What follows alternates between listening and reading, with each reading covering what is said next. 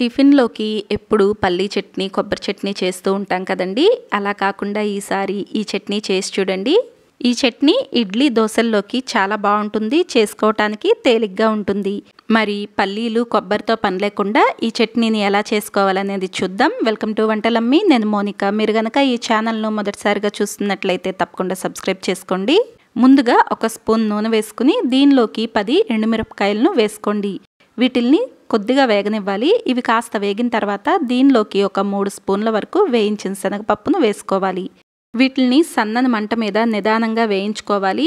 మనకు వేయించిన శనగపప్పుతో పాటు ఎండుమిరపకాయలు కూడా కాస్త రంగు మారేంత వరకు వేయించుకోవాలి. ఇలా వేగిన తర్వాత వీటిల్ని ఒక ప్లేట్లోకి తీసుకుని పక్కన పెట్టేసుకోండి. తర్వాత ఇదే ప్యాన్లోకి మరి కాస్త నూనె వేసుకుని దీనిలో ఉల్లిపాయ ముక్కలను వేసుకోవాలి. ఇవి వచ్చేసి కాస్త పెద్ద ముక్కలుగా కోసుకోండి. ఉల్లిపాయలు కాస్త చిన్నవైతే 3 వరకు తీసుకోండి. పెద్ద ఉల్లిపాయలు అయితే 2 తీసుకుంటే సరిపోతుంది. ఉల్లిపాయలు వేసుకున్న తర్వాత దీనిలోకి పొట్టు తీసిన వెల్లుల్లి రెబ్బలు 6 వరకు వేసుకోండి. వీటిల్ని కాస్త వేగనివ్వండి. ఇవి కొద్దిగా వేగిన తర్వాత దీనిలోకి ఒక 2-3 రెమ్మలు కరివేపాకు కూడా వేసుకుని మరి కాసేపు సన్నని మంట మీదే మధ్య మధ్యలో కలుపుకుంటూ వేయించుకోవాలి. ఈ ఉల్లిపాయలు బాగా వేగాల్సిన అవసరం లేదు, కానీ వీడియోలో చూపిస్తున్నట్లుగా లేత గులాబీ రంగు వచ్చేంత వరకు వేయించుకోండి.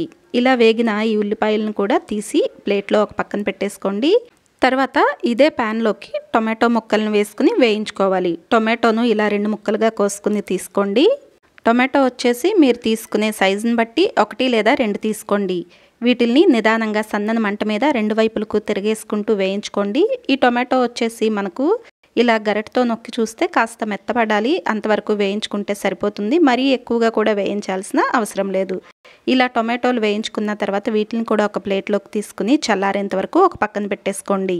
చల్లారిన తర్వాత ఈ మొత్తాన్ని మిక్సీ జార్లోకి తీసుకోండి. అయితే ఒక్కోసారి వేయించుకున్నవి చల్లారేంత వరకు సమయం ఉండకపోవచ్చు. అలా హడావిడిలో ఉన్నప్పుడు కూడా మిక్సీ పట్టుకోవాల్సి వస్తే ఇలా చేసి చూడండి. ఇలా వేడిగా ఉన్న వాటిల్లోకి ఒక 4-5 ఐస్ ముక్కలను వేసుకుని మిక్సీ పట్టుకోండి. దీనివల్ల మిక్సీ జార్కి కూడా ఏ ఇబ్బంది లేకుండా ఉంటుంది.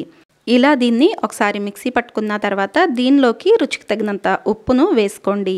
తగినన్ని నీళ్లను కూడా వేసుకుని మిక్సీ పట్టుకోండి. ఈ చట్నీ వచ్చేసి మనకు కాస్త పల్చగానే ఉండాలి. దీనికి తాలింపు కోసం ప్యాన్లోకి కొద్దిగా నూనె వేసుకుని ఆవాలు, జీలకర్ర వేసుకోండి. ఇవి చిటపట్లాడేటప్పుడు దీనిలోకి ఒక రెమ్మ కరివేపాకును కూడా వేసుకుని కాస్త వేగిన తర్వాత తాలింపులోకి చట్నీ వేసుకోండి. అంతేనండి, ఎంతో రుచిగా ఉండే చట్నీ మనకు తయారైపోతుంది. మరి ఈ చట్నీ తయారీ విధానం మీకు నచ్చితే వీడియోని లైక్ చేసి షేర్ చేయండి. Thank you for watching.